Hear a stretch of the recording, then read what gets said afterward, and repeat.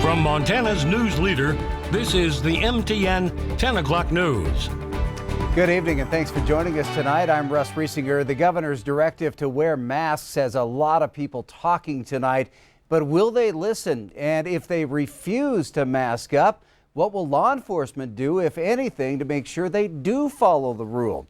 That's a question we took to Billings' top cop. Chief Rich St. John says he expects that people will follow the governor's directive to wear masks indoors. Q2's David J. has more from the chief on how officers will handle those who don't. Law enforcement will not be writing citations for people who don't wear masks. Law enforcement in Yellowstone County is not changing its posture from phase one enforcement, which our primary response is going to be education.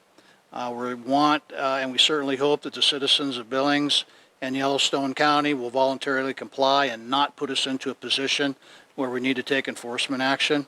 Chief Rich St. John says businesses may ask customers to wear a mask, and not complying would lead to a different enforcement. That takes it out of the mandated mask situation and puts it into a trespass.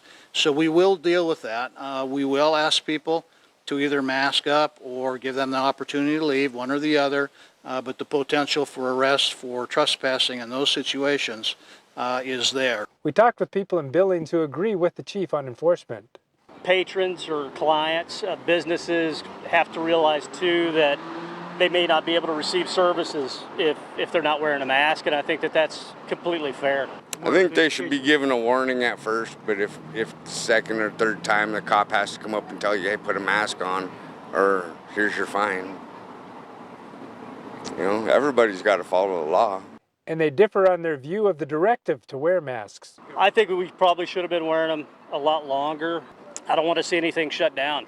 I'd like to be able for businesses to stay open and people to have jobs. It should be an individual choice because our liberties are being taken away. Education first, followed up by enforcement if needed. In Billings, David J., MTN News.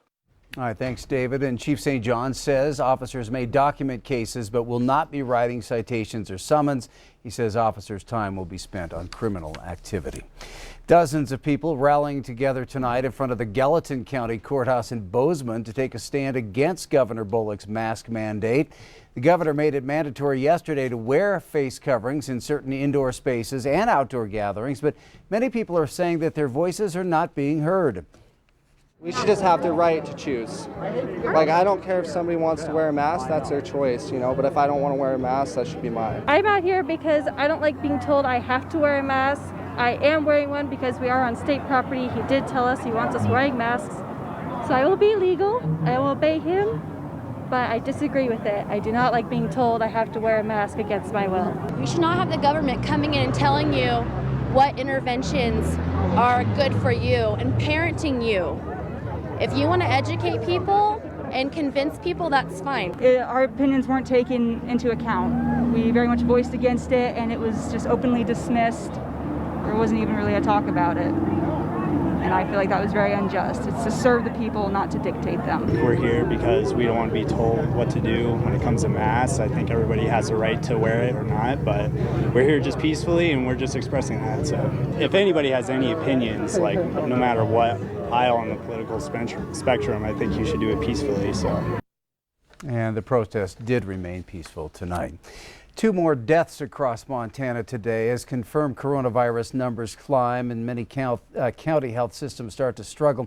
Today, another death at Canyon Creek Memory Care here in Billings. This is the 3rd resident this week, the 9th overall at the care facility.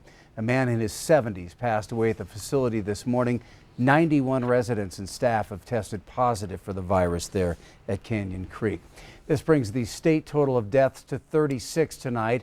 Active cases across Montana holding steady at more than 1,000. 440 of those active cases are here in Yellowstone County. I'm fully aware that some of you out there think the masking order is way overdue. Others of you believe that COVID-19 is not that big a deal and should not interfere with anyone's life. Let me assure you, COVID-19 is a big deal. Yellowstone County Health Officer John Felton holding a news conference today urging people to follow the governor's directive to wear a mask when inside public places. There have been 256 cases in Yellowstone County in the last week alone. Right now, all roads lead to Yellowstone County. Yellowstone County is the epicenter of the pandemic in Montana. The Montana Department of Public Health and Human Services has linked cases in Yellowstone County to 13 other counties and 2 Indian reservations. It is the action that each one of us as individuals take that will ultimately save our community from more sick people, more grieving families, more lost jobs, and more closed businesses. Felton also addressed a couple of other issues. Because of a backlog in getting test results, they will only be testing asymptomatic people at the shrine for one more day tomorrow, but they will continue testing people with symptoms or who have been infected through contact or who have been identified through contact tracing. He also said the increased cases are putting a stress on public health workers and that many people are refusing to cooperate with contact tracing. Now, Felton says that we would see the positive impact of people wearing masks in just a couple of weeks if everyone adhered to the directive. One group affected by changing protocols but often less equipped with resources is the homeless community. Q2's Jenny Fick shows us how they're still being served just a little differently.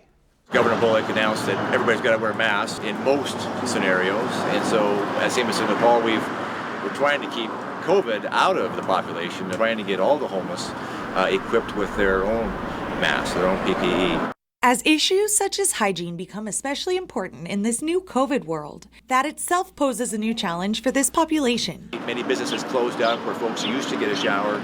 Showers are no longer available. We're looking for a facility that would be able to house a showering facility close by where we could encourage folks to go and get a shower and even facilitate that. And the number of people needing assistance is rising. We're concerned about feeding and the numbers that we're going to see.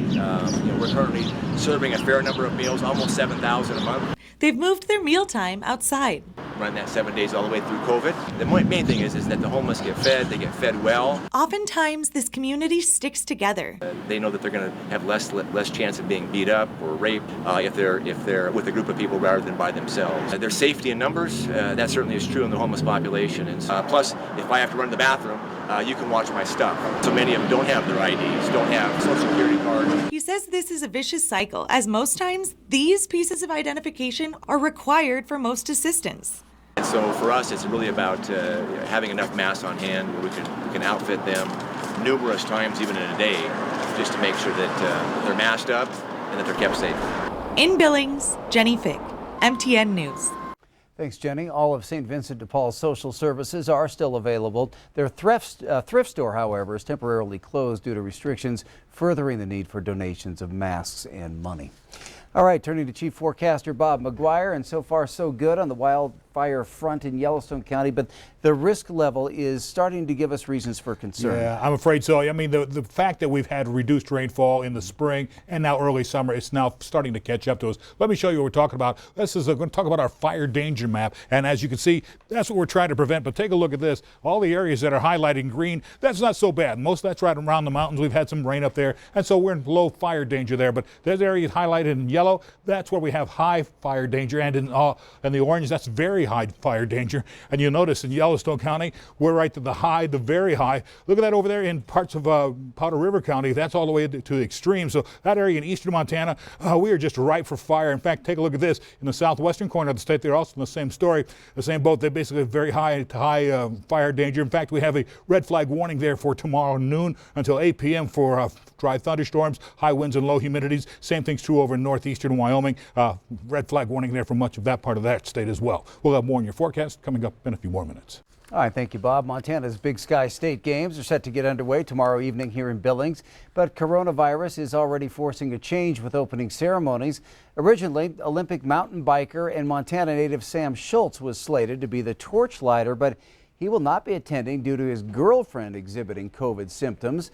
Both he and his girlfriend were unable to obtain test results in a timely manner, so to be safe, Sam is passing his torch duties to world bareback champion Deb Greeno. The games are set to kick off tomorrow night at Dallas Stadium. Gates open at 6 p.m.